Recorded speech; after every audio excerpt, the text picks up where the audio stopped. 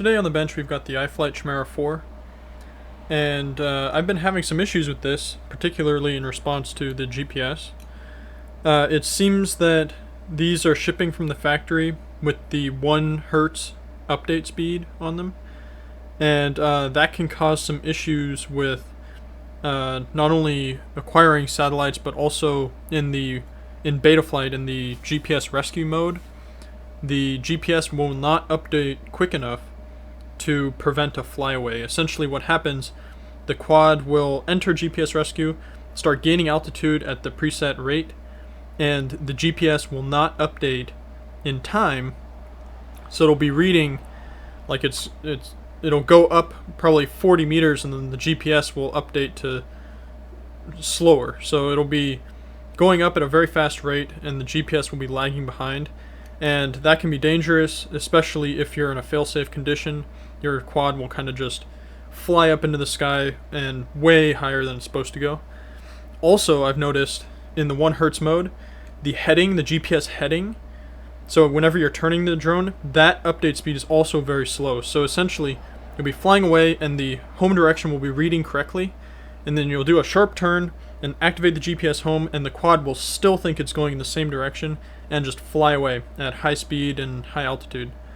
And that can be extremely dangerous. So I'm going to show you guys today how to update the speed on your GPS module to 10 hertz from the 1 hertz, and that should solve most of these problems like it did for me. I'll show some flight footage of the updated settings at the end, and you can compare and see if that's better than what you're currently getting, because it definitely was for me. So first thing you want to do is get a USB to FTDI or USB to UART. They're fairly common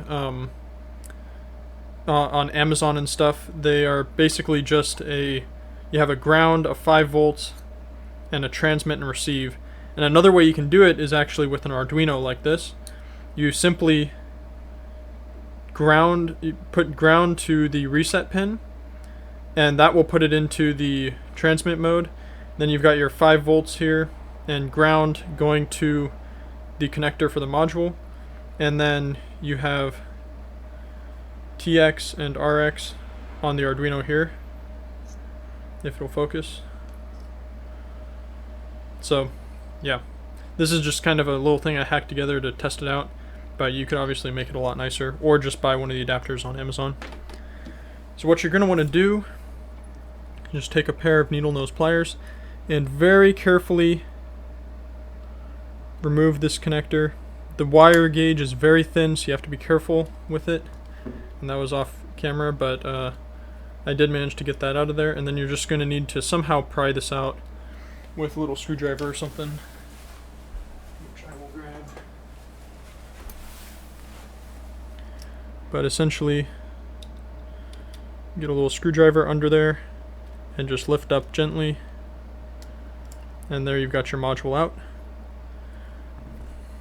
And then what you're going to want to do is just plug that in with your adapter.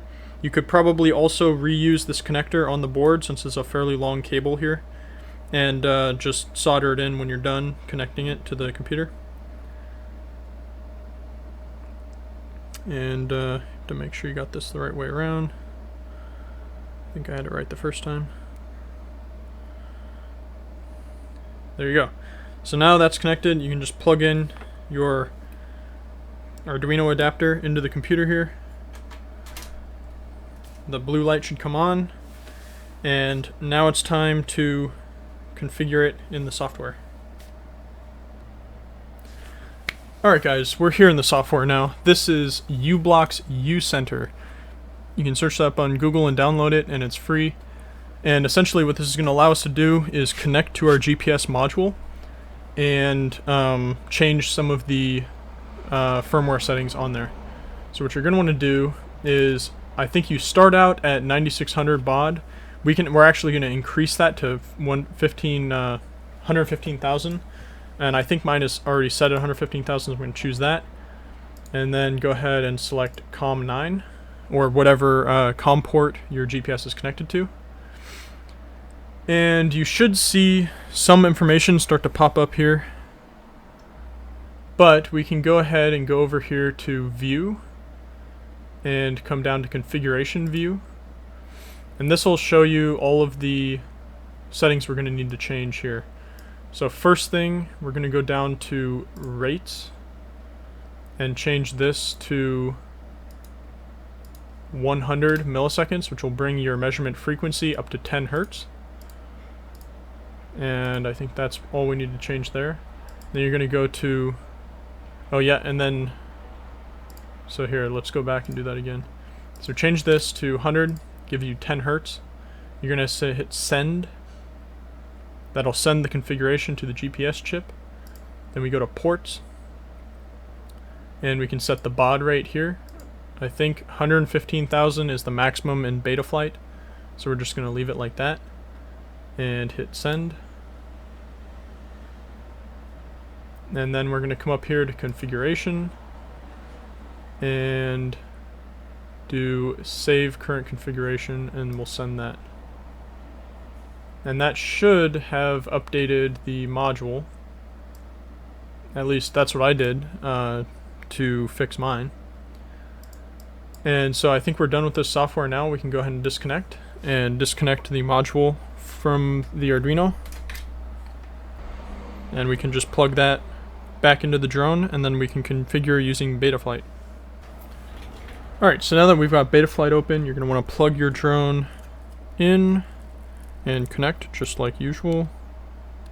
So you can see, I'll go ahead and connect. You're going to want to come down to ports, and you need to change this from the default 9600 up to 115,000, and that will allow the 10 hertz update speed to actually I mean, there's going to be more data at that 10 hertz update speed, so you need to increase the baud rate there. Then go ahead and save and reboot, and that should be it. You can go out and test and see if that has resolved your issue. It did for me, significantly. I'll provide some flight footage at the end of just one example. The update speed, I mean, is 10 times faster, so it does resolve a lot of those issues. And also, I've found that it helps increase the satellite lock time. So, yep. Thank you guys.